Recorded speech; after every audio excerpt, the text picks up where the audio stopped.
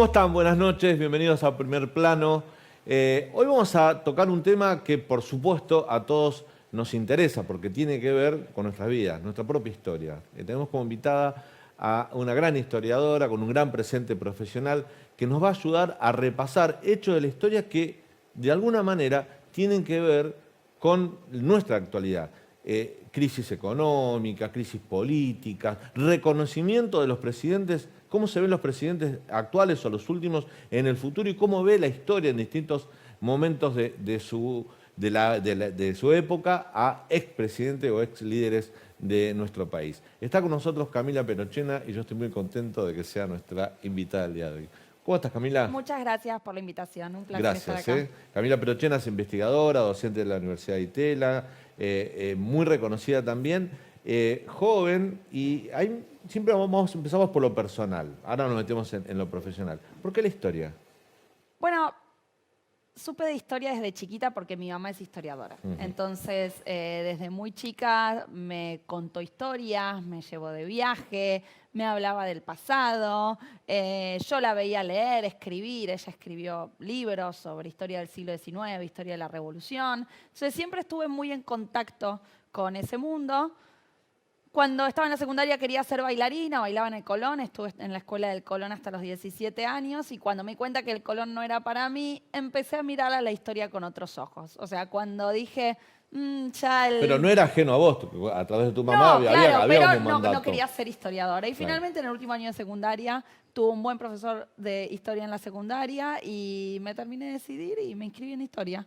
Vos sabés que Phil Graham, que fue un histórico editor del Washington Post, a raíz de lo que fue la investigación del Watergate en Estados Unidos, que le hicieron dos periodistas del Post, en un homenaje acuñó una frase que hoy repetimos muchos, ¿no?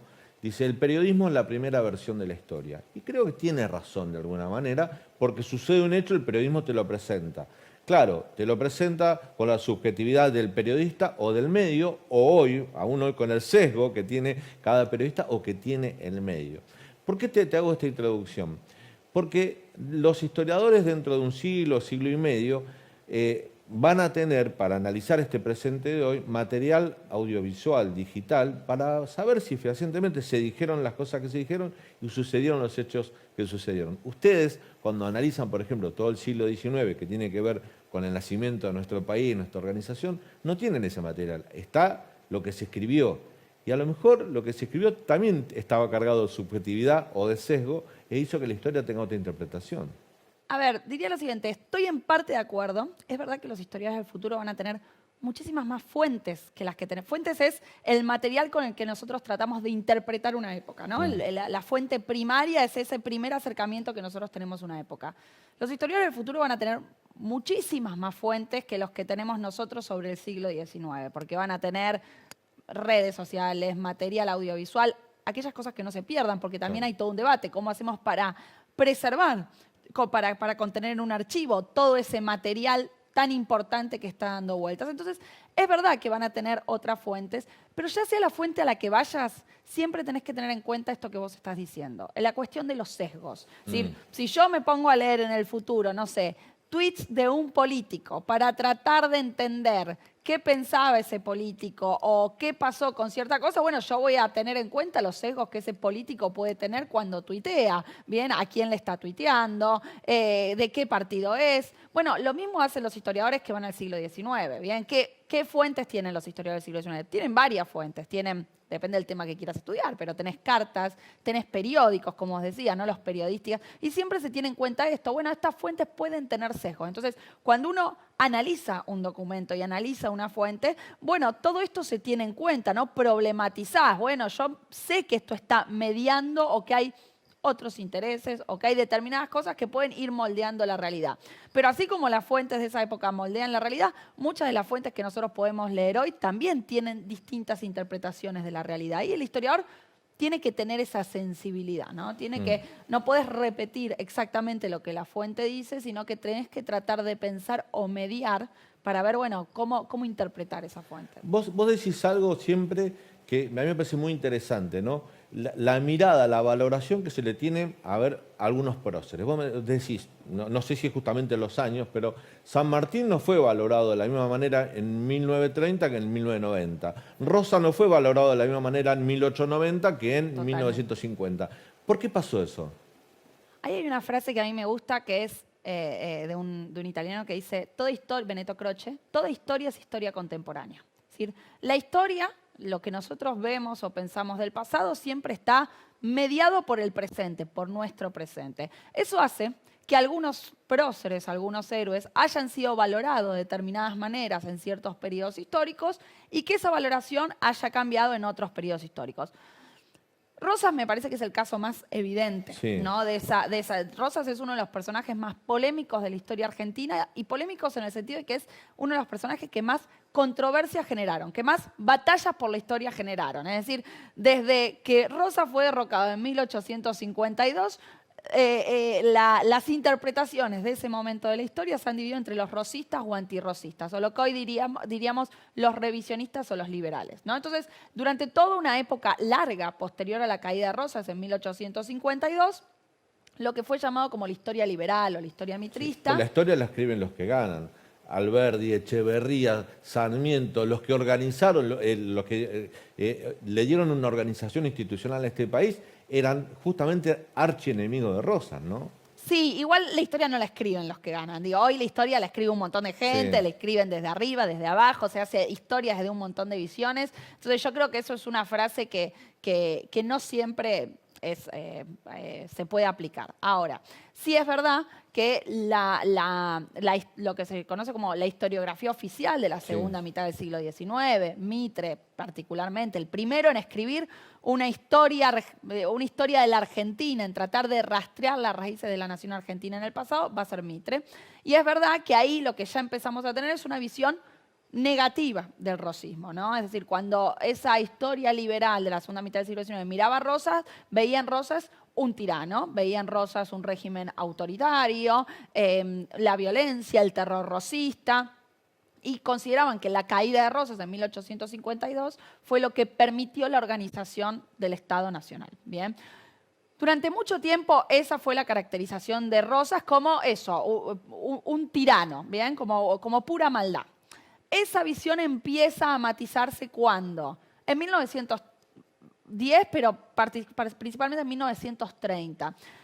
¿Por qué en 1930 se empieza a revalorizar a Rosas? Porque, como yo te decía, toda historia es historia contemporánea, porque el presente de 1930 cambia, porque en 1930 en el mundo están creciendo las corrientes nacionalistas, los discursos antiimperialistas. Acá en Argentina vamos a tener el ascenso... Bueno, el golpe de Estado a Irigoyen. O sea, el golpe de Estado de 30, ¿no? Irigoyen, pero el ascenso de intelectuales nacionalistas que empiezan a mirar al rosismo con otros ojos. La hora de la espada. La hora de la espada de Lugones, efectivamente, y que empiezan a decir, esto capaz no fue solo tiranía, sino que Rosas era además un líder popular para el gauchaje o un defensor de la nación por la batalla y la vuelta obligado. Entonces empezás a tener un montón de historiadores que se van a agrupar dentro de una corriente que se llama revisionista, que lo que van a hacer son historiadores que están por fuera del ámbito académico, van a criticar a lo que ellos llamaban esa historiografía liberal y van a rescatar la figura de Rosas, ¿no? Va a ser un grupo heterogéneo, pero una de las cosas que va a tener es rescate de la figura de Rosas. Entonces, ahí ya cambia la valoración de Rosas. Esa visión de la historia se va a hacer muy popular hacia la década del 60 y 70. Van a aparecer cada vez más historiadores revisionistas.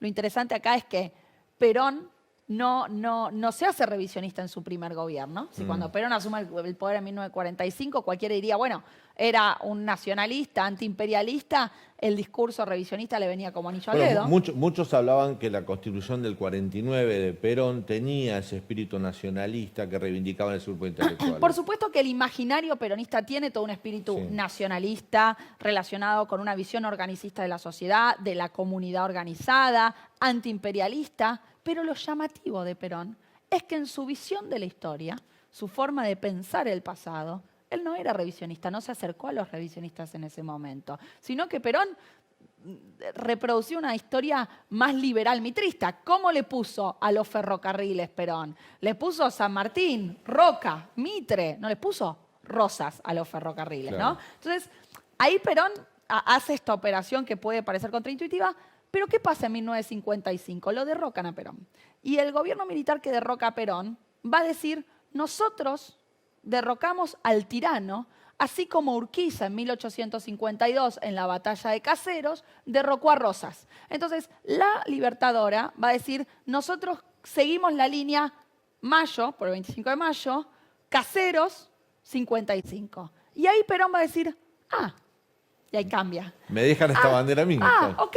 Entonces yo soy Rosas, ¿qué voy a hacer? Voy a llenar, voy a darle carga positiva al rosismo. Y ahí Perón se empieza a identificar con Rosas, pero después de su caída, ¿no? Son, digamos, sus adversarios, sus enemigos, los que van a empujar a Perón a dar la batalla por la historia. A decir, hay que terminar con la historia liberal y hay que defender una historia revisionista, ¿no? Bueno, y eso va a ser así en los 60, en los 70. Pero digamos que esa historia revisionista llega a convertirse en memoria oficial, en historia del Estado con el kirchnerismo. Fíjate que el más liberal de los presidentes peronistas, que fue Carlos Menem, fue el que más, en definitiva, reivindicó a Rosas. Trajo sus restos al país, le hizo un homenaje público. Está bueno que traigas eso, porque cuando Menem reivindica a Rosas, no reivindica a Rosas de la misma manera que Cristina reivindica a Rosas. ¿Qué quiero decir con esto? Cuando vos ves la repatriación de los restos de Rosas que Menem hizo en el 89, el discurso que da Menem dice, yo traigo a Rosas para desideologizar y para que la historia sea un puente de unión, porque quiero terminar con las divisiones del pasado. Y en ese acto donde él trajo los restos de Rosas, puso... Fue contemporáneo a los indultos también. Fue esto, todo ¿no? en el mismo Claro. momento. Puso en el escenario a los enemigos de los descendientes de Rosas. Entonces, era un acto donde estaba el cuerpo de Rosas, los descendientes de los enemigos de Rosas, y Menem diciendo, bueno, yo quiero cerrar esta batalla. Quiero que dejemos esas divisiones del pasado entre unitarios y federales y que pensemos en una suerte de unión nacional. Él dice algo así, la palabra textual es, dice, quiero que la historia sea puente de unión. En el mismo momento que hacía eso, iba y se abrazaba con Rojas. El almirante Rojas, El claro. almirante Rojas, uno de los principales responsables de la caída del derrocamiento Y de de la Perón. persecución del peronismo. también, ¿no? Exacto. Claro. O sea, entonces, se abrazaba con Rojas y realizaba los indultos a los militares, ¿no? Entonces, hay una serie de gestos relacionados con la historia y con el pasado que apuntan a la reconciliación.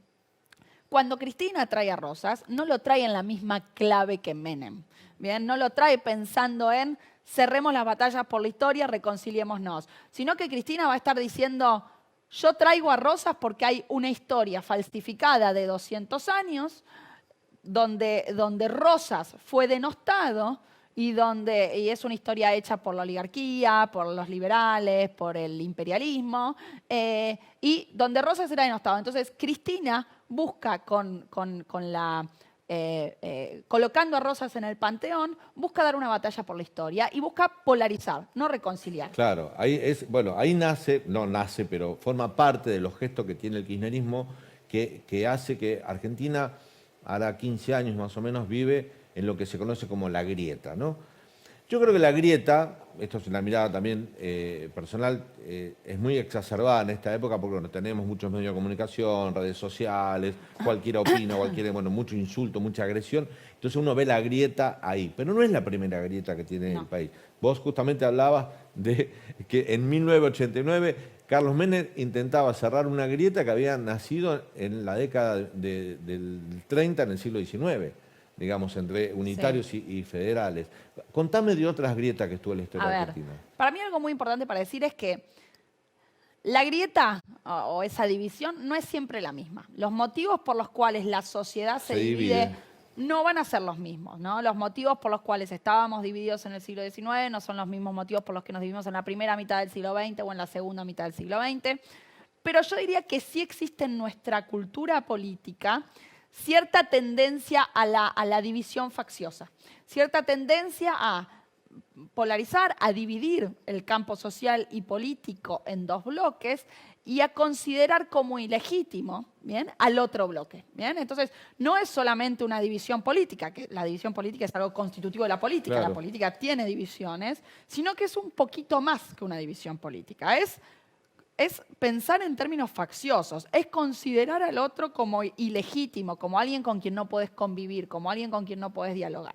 Eso sí estuvo en diferentes contextos de la historia argentina, podríamos decir que la primera división importante se suele asociar con la división entre unitarios y federales, y es verdad que se hizo política Pero eso facciosa. se solucionó en la vida del campo de batalla, o sea, ahí hubo Sí, y yo diría que enfrentamientos militares. el centro o el problema de esa disputa tardó mucho en solucionarse, porque el Sí. centro de esa disputa era la provincia de Buenos Aires.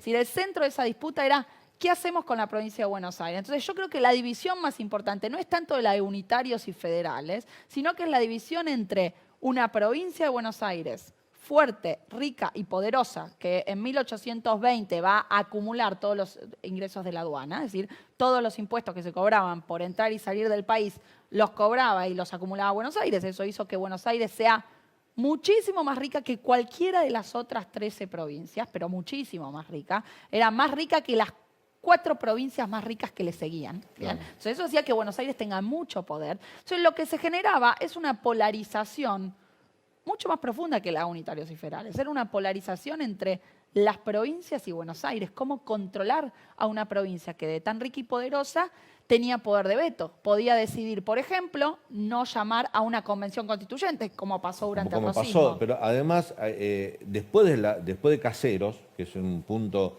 de quiebre en la historia argentina, los autonomistas también fueron un problema para desarrollar la organización Exacto. institucional. Porque no es que después de Caseros los autonomistas bonaerenses se corrieron del diálogo político. No, fueron actores y fueron de peso también. El problema de Buenos Aires tarda mucho más tiempo en Claro. resolverse.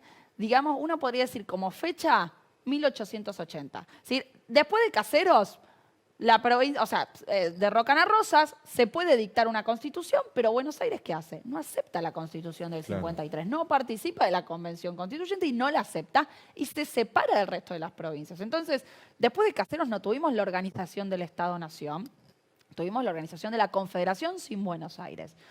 1862 finalmente tenemos un presidente unificado que va a ser Mitre, después de una serie de batallas, y tenemos una república argentina unificada. Pero Buenos Aires, por ejemplo, en 1862 no acepta entregar la ciudad como capital federal. La provincia de Buenos Aires dice, ok, yo me uno a la nación, pero la ciudad de Buenos Aires, que era la ciudad rica, era la cabeza de la provincia, era el puerto, dice, va a seguir siendo la capital de la provincia y no de las autoridades nacionales. Es más, se consideraba que las autoridades nacionales residían en Buenos Aires como huéspedes de la provincia, ¿no? Somos huéspedes o sea, el presidente era un huésped de la provincia. ¿Cuándo se resuelve eso recién? 1880. 1880, con Roca. Bien, es Roca, que todavía recién estaba en campaña electoral, cuando la provincia de Buenos Aires se levanta y dice, no lo queremos a Roca, porque tenía un peso en las provincias y el Ejército Nacional muy fuerte, y se enfrentan en batallas, digo, acá nomás, digo, en batallas en la ciudad de Buenos Aires, donde finalmente la Guardia Provincial, o sea, las milicias porteñas son derrotadas, se impone el Ejército Nacional, y recién en 1880 tenemos capital federal, ¿sí? Y por la fuerza. Bien, entonces recién ahí se resuelve esa grieta o esa división, ¿no? Ahora, siguió la política conformándose en distintos contextos de manera facciosa. Yo diría que el segundo momento faccioso más fuerte o división más fuerte se va a dar con el irigoyenismo, ¿no?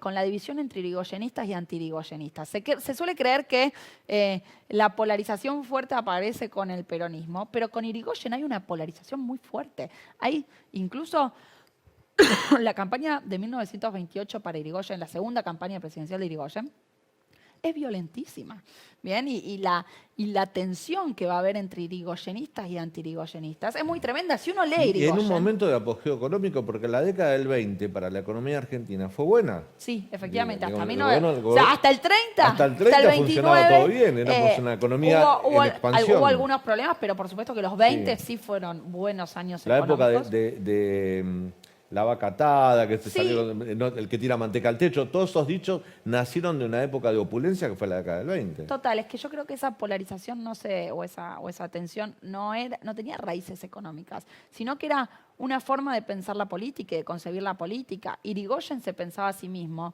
dentro del radicalismo o a su política como la política de la causa contra el régimen. ¿Qué decía Irigoyen? Bueno, moralmente, la causa de los radicales es superior y es la única posible frente a cualquier otra causa. ¿Bien? Y lo que no forma parte de esa causa del radicalismo es lo que él llamaba el régimen o la oligarquía. O sea, era ¿bien? la causa nacional y popular, así la llamaban, contra el régimen. Contra el régimen, la oligarquía, los conservadores. ¿Bien?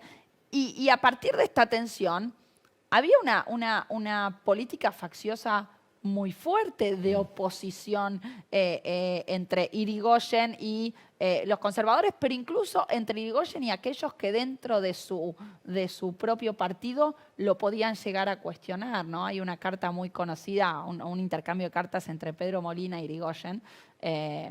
Molina le está cuestionando algo en relación con el libre cambio, pero le está cuestionando algo y le está diciendo desde su propio partido, Irigoyen como...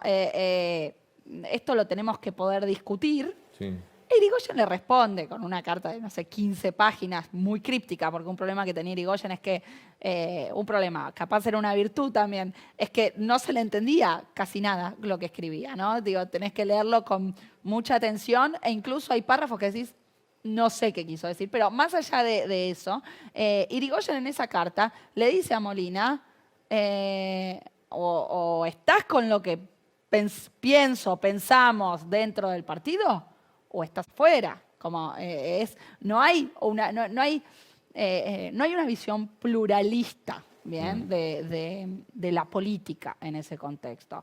Entonces, ahí va a haber una división muy grande entre irigoyenistas y anti-irigoyenistas que se va a materializar en el gobierno de Alvear con la división entre personalistas y antipersonalistas. Y hasta tal punto esa división es grande que los antipersonalistas van a apoyar el golpe de 1930. Lo que vino después, ahora vamos a meternos con el peronismo, que es la otra grieta, peronismo-antiperonismo.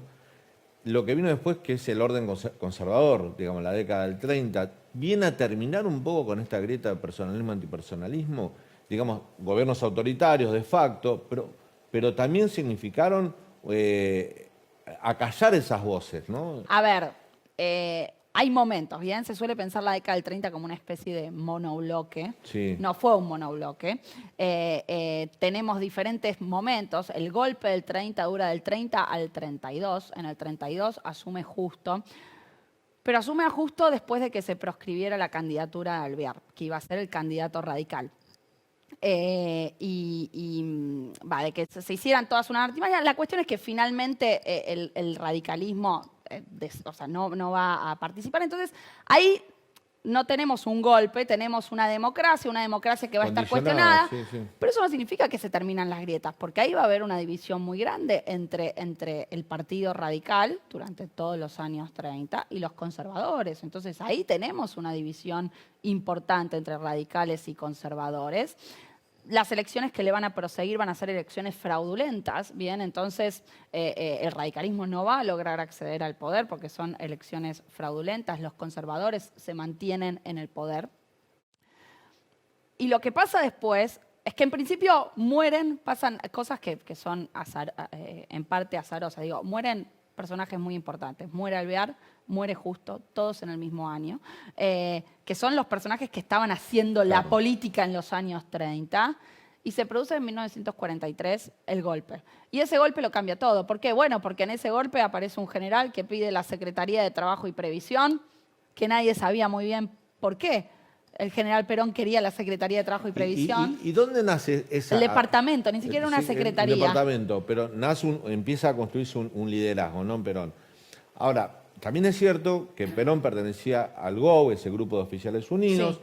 que era un grupo de oficiales de alta jerarquía del ejército argentino que simpatizaban con lo que era, en ese momento se estaba desarrollando la Segunda Guerra Mundial, con la alianza fascista, con el eje, el nazismo.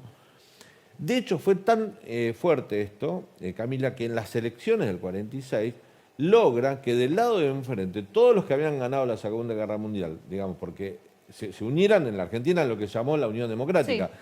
El eje era el radicalismo, pero estaba desde los conservadores hasta el Partido Comunista dentro de la Unión Democrática, para enfrentar al peronismo que en ese momento representaba el eje. Lo que había Bueno, sido derrotado.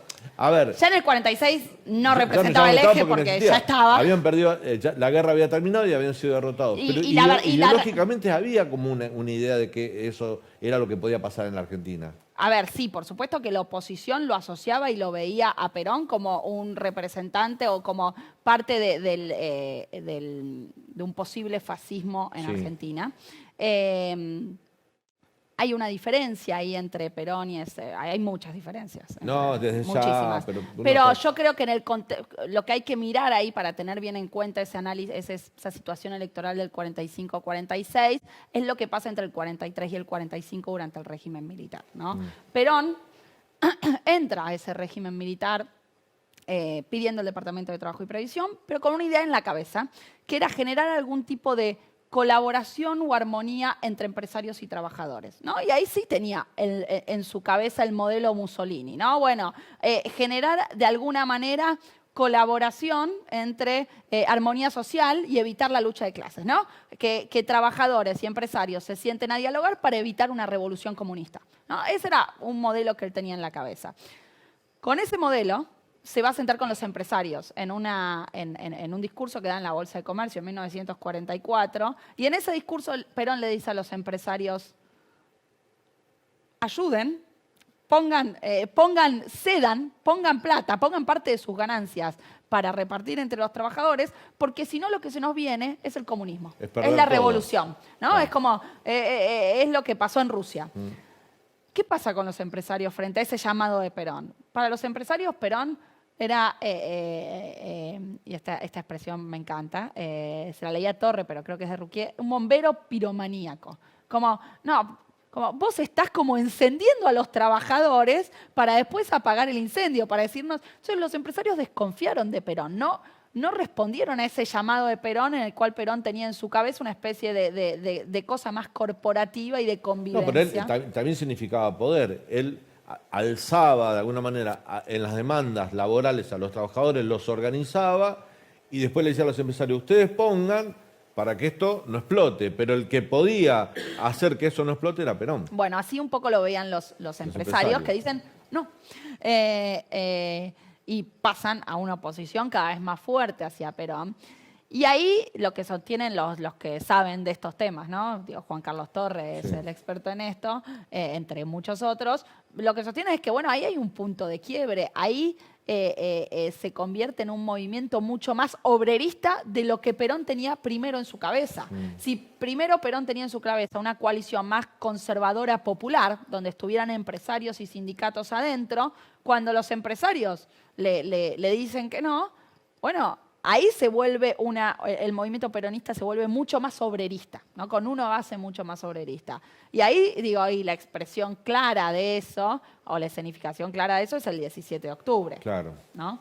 Pero bueno, un protagonista del 17 de octubre después termina enfrentado a Perón, Cipriano Reyes, por ejemplo, como que ahí también te muestra, a ver, a lo mejor es una simplificación lo que hago, pero, está bien. Pero de alguna manera lo que Perón que quiso, a lo mejor se le escapó un poco en las manos, o alentó las exigencias, las puso muy por encima de lo que él pensaba hacer. Está bien, Perón estaba pensando, o uno lo podría poner así, organizo a la clase trabajadora, pero esa clase trabajadora tiene que tener un conductor claro. Y esos son el manual de conducción política de Perón, dice eso. Vos tenés a las masas que pueden ser ingobernables, pueden ser incontrolables, y necesitas de alguna manera transformarlas en un conjunto orgánico, en una comunidad organizada. Bueno, para Perón, para eso se necesitaba un conductor. ¿Y un conductor qué implicaba? Bueno, una relación verticalista, donde no hubiera pluralidad o facciones dentro de esa comunidad organizada, sino que todos respondieran a ese conductor.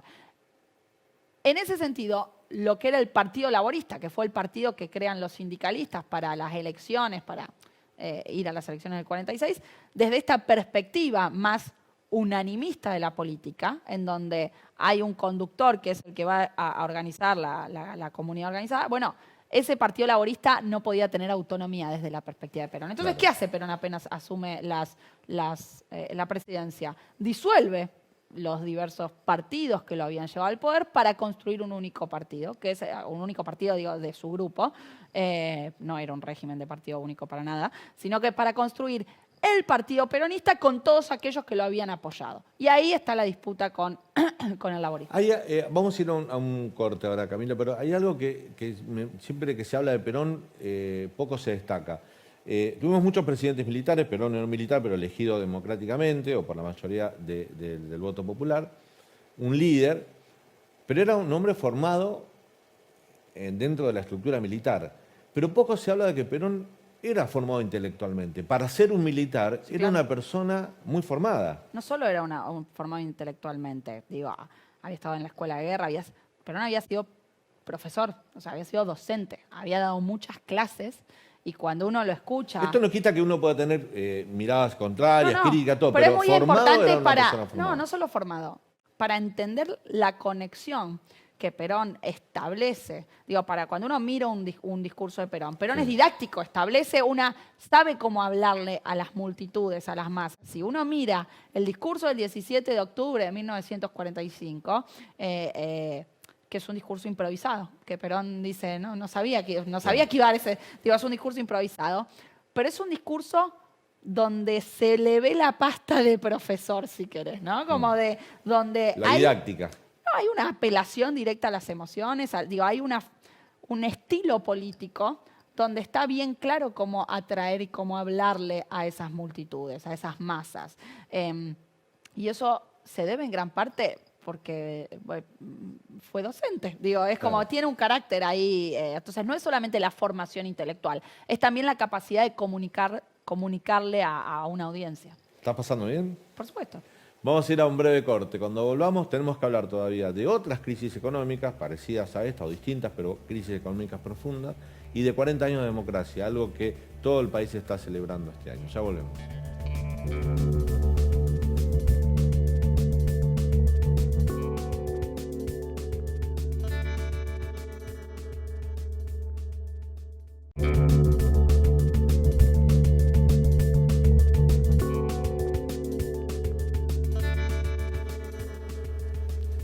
Seguimos en primer plano hablando con nuestra invitada de hoy, la historiadora Camila Perochena. Camila, Argentina está viviendo hoy una crisis económica de tantas que vivió, donde básicamente se habla, hay que dolarizar porque el peso no tiene valor, pero ya tuvimos crisis parecidas a estas, donde el problema era el poco valor que tenía nuestra moneda.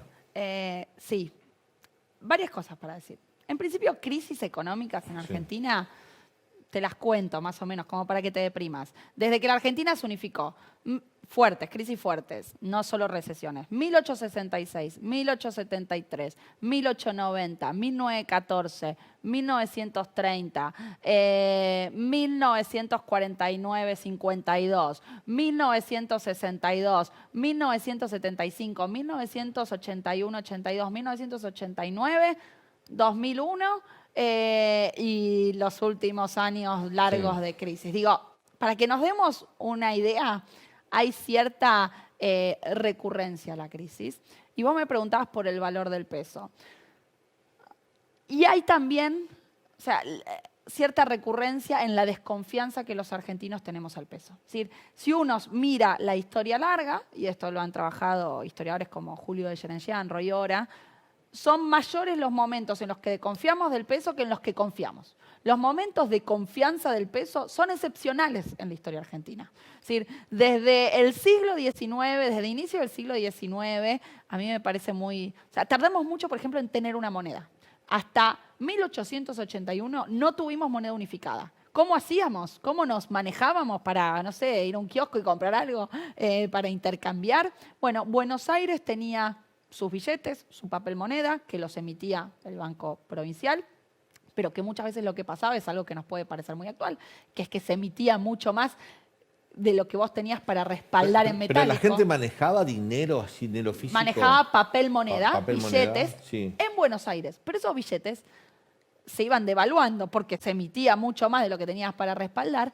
En las provincias no los querían. Claro. No querían los billetes esos que no valían nada. Entonces, dicho muy simplificadamente, las provincias, por ejemplo, ¿qué usaban? Usaban unas monedas que no se imprimían o no salían Acuñaban. de las provincias, sino Sí. que se acuñaban en Bolivia, que tenía Potosí, las monedas esas eran monedas bolivianas. ¿Pero tenían el respaldo del Banco de Bolivia? Bueno, era difícil. Llegó un momento en el cual en Bolivia ya no se usaban. Y acá sí. Y acá se usaban, y lo que empezó es que se empezaron a depreciar, se empezaron a hacer monedas cada vez con menos plata y mezcladas con otras cosas que tenían cada vez menos valor. Entonces, ya todo si uno mira el siglo XIX, es un siglo que tiene inflación, que tiene estos problemas monetarios. Sí. Recién en 1881 dijimos, bueno, unifiquemos. O sea, Roca dice, necesitamos una moneda centralizada, unificada, y crea el peso moneda nacional. Pero la gente no cree inmediatamente en esa, nada, me das un billete, qué sé yo, ¿cómo te creo? Bien, lleva mucho tiempo eso, lleva más o menos 2 décadas. O sea que recién vamos a confiar en la moneda, si querés, entre 1900 y 1930. Ese va a ser como, según lo que cuentan estos historiadores económicos que te nombraba, va a ser como el momento, la época dorada de la moneda argentina, en la que confiamos en el peso. Pero después de 1930 va a haber una crisis mundial en todo el mundo, no solo en Argentina, en todo el mundo, pero que Argentina la va a Pero afectar. no existía, a ver, en esa época, por ejemplo, lo que eran las reservas, hoy se habla de las reservas del Banco Central. En ese ¿No momento existía eran en oro. ¿No era el patrón oro? El patrón oro. El patrón oro Sí. era lo que dominaba lo que era reserva. Y en un primer momento, entre 1900 y 1930, con diferencias, no importa, no voy a meterme en eso funcionó, y se confiaba. ¿Qué pasa después de 1930? Después de 1930 todo el mundo entra en crisis. Nosotros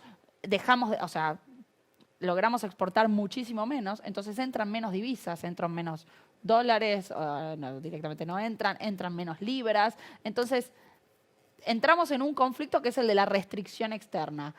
No tenemos el suficiente respaldo para nuestra moneda. Eso nos lleva a controles de cambio, cepos, una serie de cosas. ¿Pero el dólar ya estaba entre nosotros? Después de 1930, Empieza, pero todavía no es lo que es hoy el dólar. Mm. El dólar empieza a ser lo que es hoy, como una moneda que uno tiene más de Presente, referencia. Después de 1955, 59, o sea, ya va a estar, pero, por ejemplo, Ariel Wilkes y Mariana Lucy, que tienen un libro que se llama La historia del dólar, ellos dicen, bueno, la primera vez que el dólar aparece en una tapa de diario es en 1959.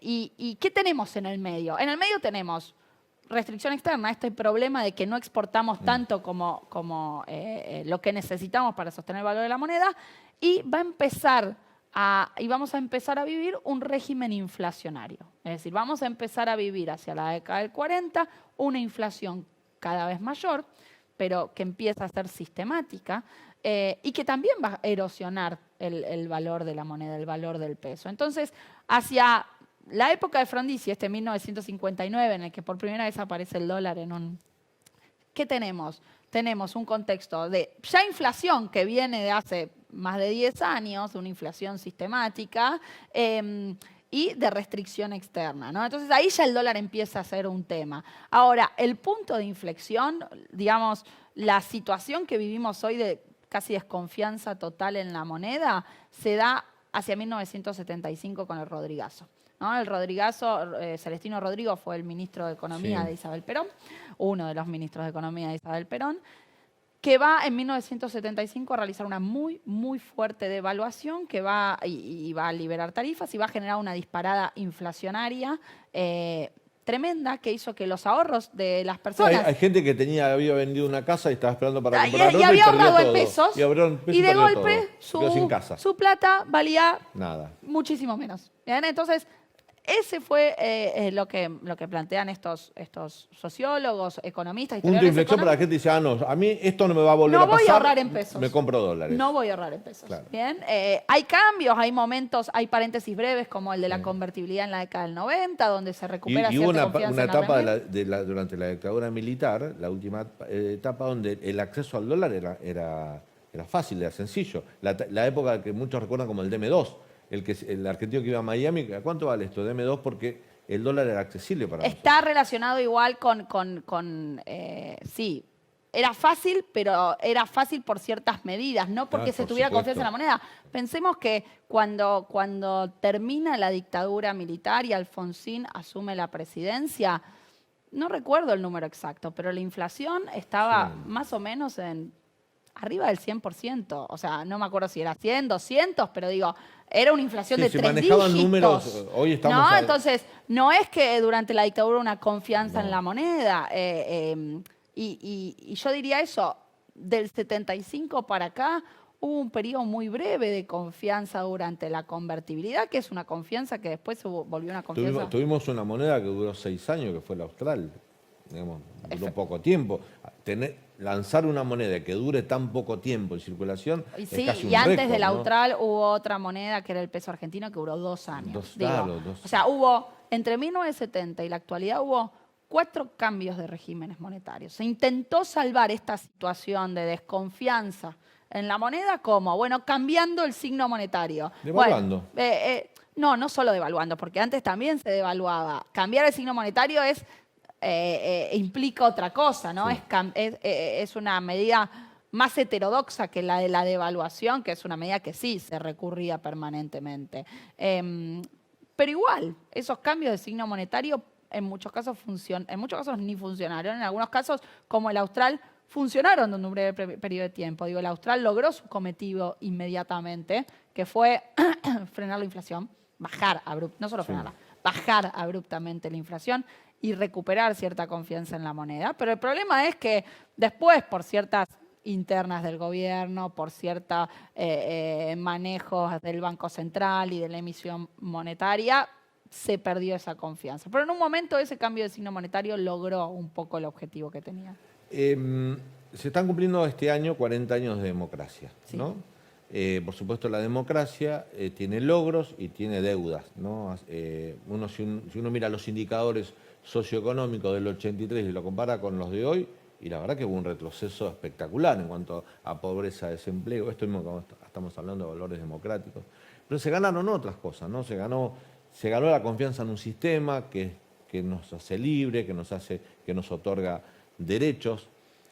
Te quiero preguntar sobre puntos de estos 40 años de democracia, puntos altos y bajos para vos que la historia va a recordar. Ahí sí te desafío para adelante. Cuando dentro de un tiempo, 100 años, 50 años, quieran recordar las primeras 4 décadas de la democracia, ¿con qué se va a quedar? Yo me animo a decir que un punto es el juicio a las juntas. Sí, por supuesto. A ver. Puede haber otros, pero creo que ese yo es el creo que principio. hay uno podría decir postales importantes, ¿no? Puntos de referencia a la historia. Sí, ¿no? totalmente. Sí. Yo creo que, y pienso en cosas buenas, porque también podemos pensar en dificultades buenas en el sentido de que la democracia logró superar. Digo, la CONADEP y el juicio a las juntas es una primer postal de estos 40 años de democracia. Diría que el levantamiento cara pintada es también el primer levantamiento, los otros también, pero digo, el primer levantamiento es una postal también porque se logró superar eso. Aplacado. Digo, es una postal porque hubo un levantamiento militar y la sociedad y los sectores de la sociedad civil salieron a la calle a apoyar el sostenimiento de la democracia y el radicalismo y el peronismo se mostraron juntos defendiendo la democracia como régimen de gobierno, entonces eso también es una postal. Después, yo creo que por ejemplo, pienso en postales democráticas. La represión de Menem al último levantamiento cara pintada del 3 de diciembre del 90 también es una postal de la democracia, porque es... Empezaron a haber militares leales a la República. Y es un presidente diciendo... Sí. Esto no, es, ya claro, está. sí. Digo, esto es un presidente que los indultó, pero también los reprimió, ¿no? Entonces me parece que esa imagen, digo... Es que antes cuando las Fuerzas Armadas se levantaban, el presidente no tenía con qué reprimir, pero empezaron a aparecer dentro de las Fuerzas Armadas militares leales al sistema democrático. Esto era prácticamente Entonces, una novedad, ¿no? Uno diría, los indultos son claramente una postal de un retroceso en términos democráticos, digo, con lo que se había avanzado. Después uno podría discutir, bueno, cuán necesarios eran, qué visión de la democracia, podemos discutir un montón de cosas, pero la represión a los carapintadas del 90 me parece que es un punto central. Y en esa línea, toda la subordinación que se produce de las Fuerzas Armadas en esos años me parece central. La eliminación del servicio militar obligatorio después del caso Carrasco, ¿no? Claro. Y ahí uno también podría... ¿La Constitución del 94?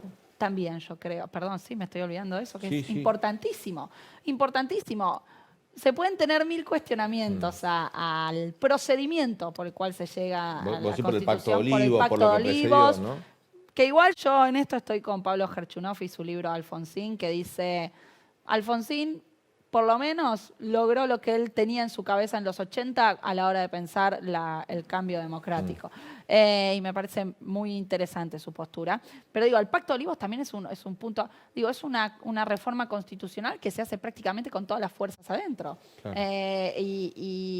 Y es una constitución que avanza en muchas cosas muy importantes, como la incorporación de los tratados internacionales sobre derechos humanos, y que es muy importante para después poder juzgar a los militares, que me parece esa es la otra postal, ¿no? Que uno tiene que guardar. Bueno, cuando se reabren los juicios, digo, y eso es muy importante. Bueno, los porteños votamos jefe de gobierno gracias a esa reforma constitucional. También, Porque hasta digo, ahí nos gobernaba un delegado del presidente, ¿no? El tercer senador, digo, Claro. hay muchas cosas en esa reforma constitucional que hace que nuestra democracia sea mejor.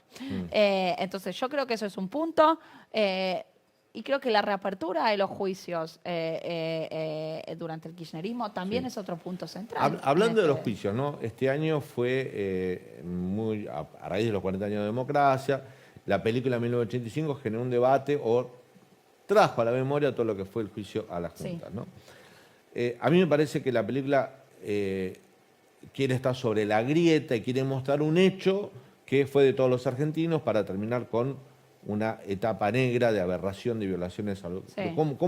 ¿Cómo pudimos nosotros juzgar y condenar a quienes violaron todos nuestros derechos civiles y humanos y hubo gente que, por supuesto, desaparecida, bebés secuestrados, etc. Todo lo que sabemos. Ahora, si es una película testimonial, ahí va mi parte crítica, me parece que olvida o deja de lado que ese peronismo del 83 al 85 no estaba a favor de ese juicio, estaba a favor de la autoamnistía, no participó de la CONADEP y fue para adelante. ¿Y sabes por qué te digo esto y por qué me parece que es una parte fea de que la película no haya retratado tal cual como fue?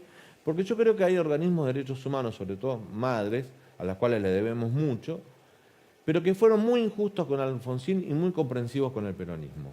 Para mí el peronismo se sube a esa democracia como vos en el 87, cuando Cafiero sube al balcón con Alfonsín. Pero yo creo que ese el peronismo de la patria metalúrgica, del pacto sindical militar, No. yo no sé si estaba tan... Sí, el tan peronismo, adentro. sí, porque la renovación peronista empezó Pero vino antes. después.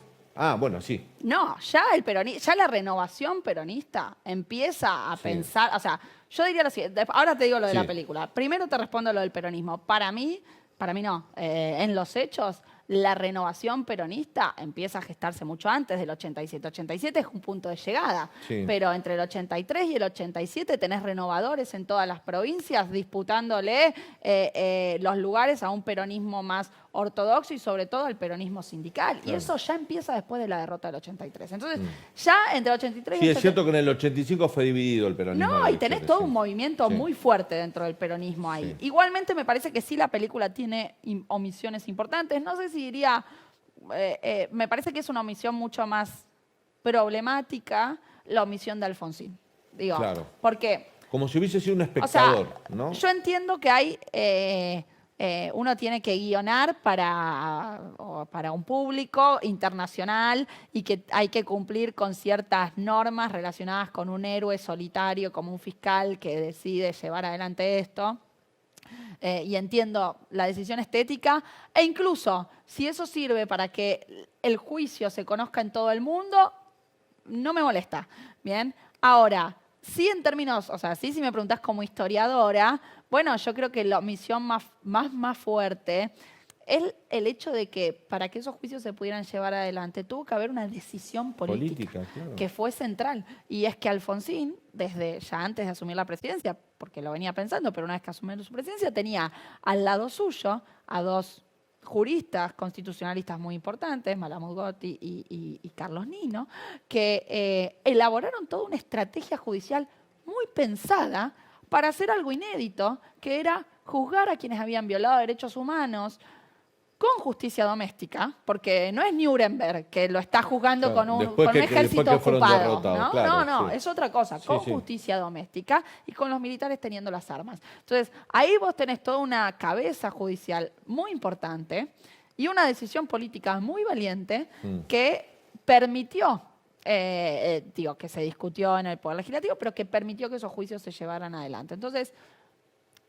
si vos me decís, bueno, ¿qué le falta a la película? Y para mí, eso es como la omisión más fuerte en el sentido de que yo entiendo, seguramente fue querer ponerse por encima de la grieta o querer no querer meterse tan en una cosa política porque a nivel internacional, no sé, Sí. eso no vendía. La verdad que yo no soy cineasta, no Sí. tengo idea.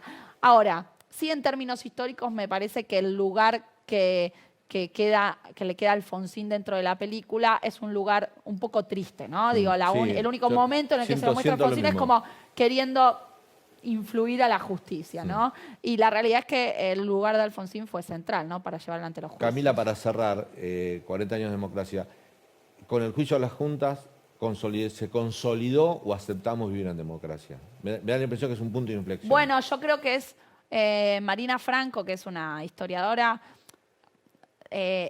dice que lo que se empieza a construir ahí es una especie de cultura política de los derechos Claro. humanos y creo que, por supuesto, el juicio y sobre todo los testimonios que se vieron en el juicio, Sí. la publicidad de lo que había pasado, la discusión pública sobre lo tremendo que había sido y lo sistemático que había sido el terror en la dictadura, es lo que generó una cultura política de los derechos humanos que, por supuesto, está atada a la necesidad de un régimen democrático.